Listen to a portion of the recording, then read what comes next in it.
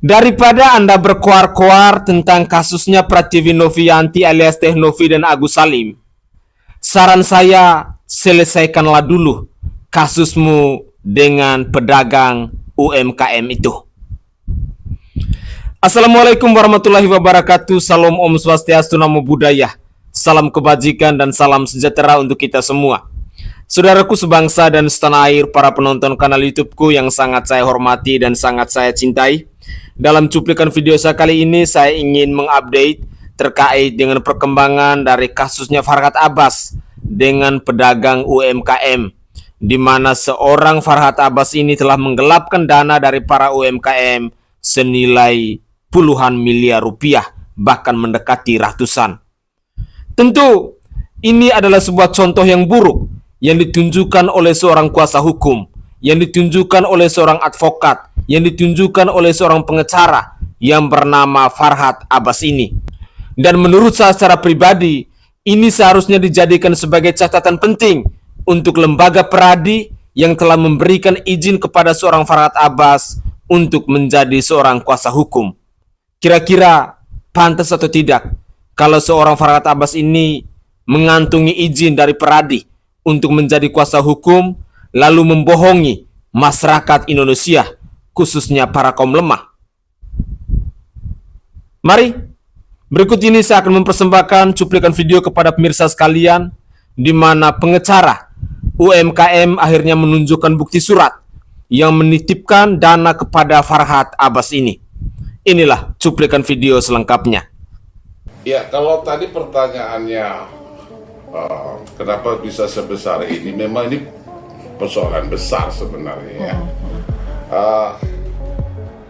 Tentu saya harus bicara dari awal bahwa teman-teman UMKM ini yang diwakilkan oleh saudara Andi ya, Andi Rivaldi ini kan saya menerima kuasanya itu di tanggal 5 Agustus 2024 ya. Terus kemudian saat itu saya juga sudah pernah melakukan warning letter ya, artinya somasi ya, peringatan hukum kepada teman-teman sejawat ya, yaitu Dr. Haji Muhammad Farhat Abbas, terus kemudian Vidi Galenso dan Profesor Dr. Elsa Sharif saat itu. Nah, apa hubungan hukumnya? Ini kan jadi pertanyaan. Kenapa saya bisa somasi ya, para sejawat-sejawat saya ini? Karena waktu itu dari surat kuasa yang saya terima dari Andi Rivaldi di tanggal 5 Agustus 2024 itu adalah terkait tentang mengklarifikasi tentang uang ya yang dititipkan oleh seorang warga negara India yang bernama Sanjay. Nah, makanya saya dari awal memang saya tidak begitu percaya awalnya sama Andi kan, ketika si Andi bilang ini Pak Anong, saya menerima surat kuasa dari seorang warga negara India bernama Sanjay. Terus kemudian ada surat pernyataannya juga tentang keberadaan uang daripada teman-teman UMKM ini. Nah, akhirnya saya bilang sama si Andi waktu itu, tolong pertemukan saya dengan Sanjay. Akhirnya kurang lebih di tanggal 3 atau 4 itu, sebelum saya teken kuasanya tanggal 5, dipertemukanlah dengan seorang yang bernama Sanjay, warga negara India ini. Nah, akhirnya saya bertanya kepada Sanjay itu, benarkah apa yang dikatakan Andi ini kepada kami? Akhirnya dia katakan, itu sangat benar Pak. Memang uang itu dititipkan kepada ketiga orang ini melalui istrinya ya, karena pada saat itu ada masalah, Sanjay itu mungkin tidak. Lalu itu dia bilang, boleh Pak, silakan Bapak jadi kuasanya Andi dan meminta uang yang dimaksud, tetapi saya tidak mau dilibatkan dalam persoalan hukum. Itu kalimat si Sanjay saat itu, karena alasannya adalah ada trauma, ya, ada juga karena istrinya sakit, kemudian ya banyak hal lah dalil dia waktu itu. Tetapi apa yang bisa membuktikan bahwa Sanjay ini telah memberikan ruang yang besar untuk kita untuk menagih uang-uang itu. Ini kan uang-uang anak-anak UMKM masyarakat kita ya. Saya punya surat pernyataannya yang dibuat secara tulis tangan oleh Sanjay. Ini surat pernyataan inilah yang menyatakan bahwa uang itu telah dititipkan kepada ketiga sejawat kita itu. Nah, itulah yang menjadi polemik sampai dengan hari ini itu, Adinda, ya. Jadi semua seperti itu, dan tentu saya ingin katakan bahwa ini kan persoalan berangkat daripada statement, ya, peristiwa hukum yang dibangun antara ketiga sejawat saya dengan seorang yang bernama Sanjay ini. Nah, ayo dong, ini warga negara asing ini harus kita telusuri itu, karena beliau ini kan punya rekam jejak tentang investasi bodong itu kan.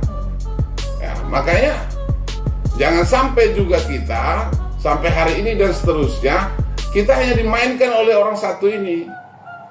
Nah, kita pertanyakan apakah kebenarannya. Tapi yang saya mau pastikan bahwa Sanjay itu telah memberikan kuasa kepada Andi Rifaldi itu baik secara tertulis maupun secara lisan.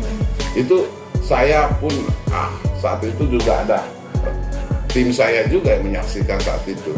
Nah, itulah dasarnya bagaimana bisa bergulir sampai hari ini. Demikian. Oke, Bang, izin Bang, boleh dikasih lihat Bang itu Bang untuk surat yang tadi Bang. Ya. Oke guys, itu adalah pernyataan dari pengacara UMKM ketika dia berani untuk menunjukkan bukti surat yang menitipkan dana kepada Farhad Abbas dan Elsa Sharif. Selama ini kita masyarakat Indonesia selalu dipertontonkan dengan sikap kesongongan, sikap kesombongan oleh Farhad Abbas, si kuasa hukum dari Agus Salim ini. Tetapi hari ini kita akhirnya dikejutkan. Ternyata kuasa hukum yang saat ini sedang mendampingi Agus Salim dalam kasus uang donasi pula ternyata punya rekam jejak yang sangat membahayakan. Patut diduga dong, jangan sampai selama ini dia berkuar-kuar bahwa seorang Pratiwi Novianti alias Teh Novi harus segera mengembalikan uang 1,3 miliar ke rekeningnya Agus Salim itu. Ada U di balik B. Jangan sampai dia sendiri yang bernafsu untuk mendapatkan uang 1,3 miliar itu. Ini yang patut diwaspada. Karena menurut seorang Farhad Abbas, bahwa uang donasi itu adalah miliknya si Agus Salim. Tetapi kita yang menggunakan logika akal sehat yang masih waras, pernyataan dari si Farhad Abbas ini adalah pernyataan yang tidak tahu malu dan tidak tahu diri ketika dia mengklaim bahwa uang itu adalah miliknya si Agus Salim. Padahal kalau kita melihat persoalan dari uang donasi ini, uang itu adalah miliknya dari para donatur, bukan tetesan keringat dari seorang Agus Salim. Sekali lagi, uang itu adalah miliknya dari para donatur yang dititipkan ke yayasan miliknya Pratiwi Novianti alias Teh Novi ini untuk biaya pengobatan dari si Agus Salim ini. Semoga saja dari rekam jejaknya si Farhad Abbas ini bisa mengetuk pintu hati kita dan bisa menyadarkan kita tentang perjuangan dari seorang Farhad Abbas hari ini yang mati-matian ingin memperebut uang 1,3 miliar dari yayasannya Teh Novi itu. Artinya kita sebagai masyarakat Indonesia patut diduga dong, karena kita sudah melihat, karena kita sudah mendengar rekam jejaknya si Farhad Abbas di masa lalu. Semoga saja informasi ini bisa berguna bagi kita semua. Jangan sampai kita yang pada akhirnya menjadi korban berikutnya dari si Farhad Abbas ini. Pemirsa sekalian, mungkin itu saja tanggapan singkat dari saya, dan semoga saja informasi ini bisa berguna untuk kita semua, terlebih khususnya bagi saudara dan saudari saya atau pemirsa sekalian yang selama ini sudah mengikuti perkembangan dari kasusnya Pratiwi Novianti alias Teh Novi dan Agus Salim perihal uang donasi. Begitulah kira-kira.